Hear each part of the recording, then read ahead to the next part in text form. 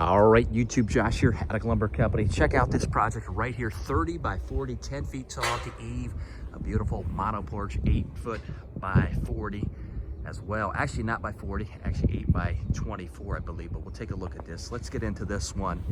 All right, here.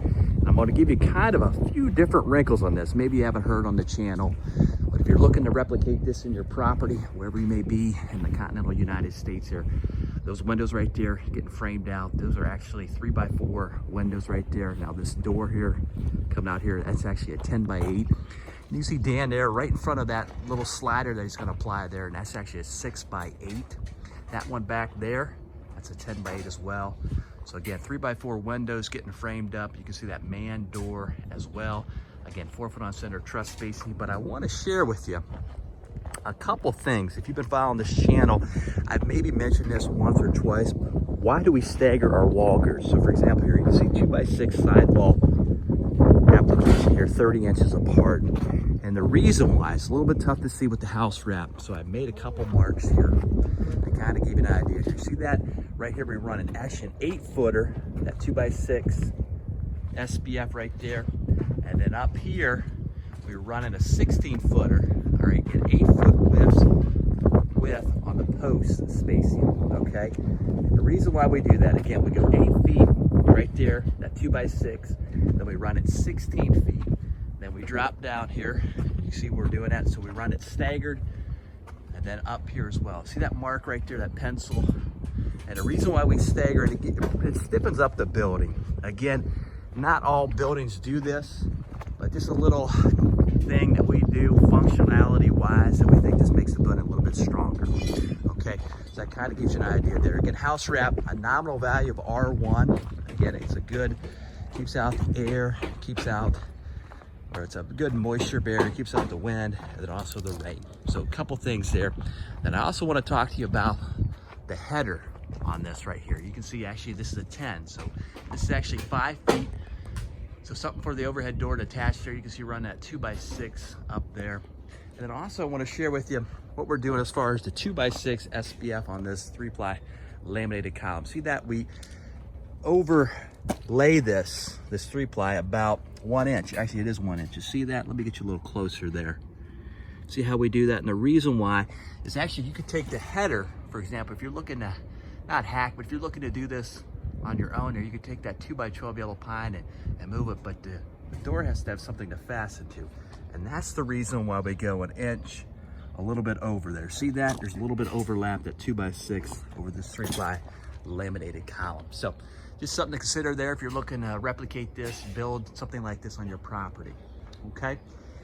All right, you can see there 2 by 10 bottom treated skirt board. Again, that's a 0.60 treatment application there. And you can see it's gonna have concrete on it. So you can see our site here. We got this prepped up. So there's gonna be some needed extra stone to get this up to grade. And then obviously we'll do the concrete as well. Okay, so hopefully that gives you some ideas. And then also above this man door to kind of give you some perspective. You see how we put that 2 by 6 up there. Again, running that from the 3-ply to the 3-ply there.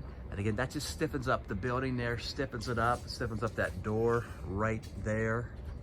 Kind of give you some perspective. And again, we utilize 3-ply laminated columns. And I've talked about this numerous times, but if you're new to the channel, this probably doesn't hurt anything.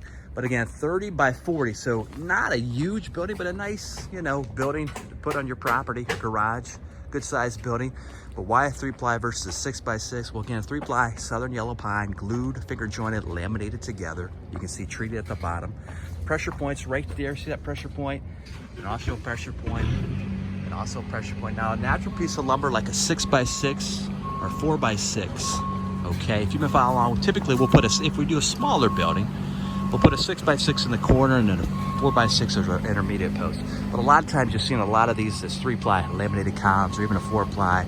Or if you've been following along, even some wet set brackets, concrete permacolumns. Just depends on the functionality, use case of the building, okay? But why use a 3-ply? Well, again, it maintains its form, its straightness versus a treated post, which can twist. It's a natural piece of lumber. So that kind of gives you some perspective there. You see we're utilizing a 2 by 12 yellow pine double top beam header. And you can see how we got the bolts staggered up there, the RSS bolts. You can see we don't run that in a continuous pattern, but we got that staggered there. Again, that's yellow pine. Depending where you're at or where you're at in the United States, you may use a Douglas fir. That's a hard piece of lumber as well. We utilize a yellow pine, again, coming down south.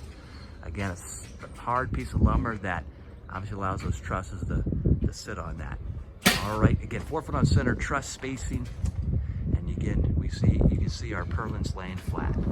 So comments always welcome. Till the next one, keep it locked, keep it loaded right here. Again, 30 by 40, 10 feet tall. And the framing stages right out here in beautiful Erie County, Ohio. Not too far actually from Lake Erie. So about 15 minutes from the lake. So again, comments always welcome. Till the next one, keep it locked, keep it loaded right here. Kind of give you an idea on this porch right here. See that? Not a full porch there. That's an 8-foot porch on that 40-foot side of that building right there. 8 by 24. All right, keep it locked, keep it loaded right here. Comments always welcome. Untitled Lumber.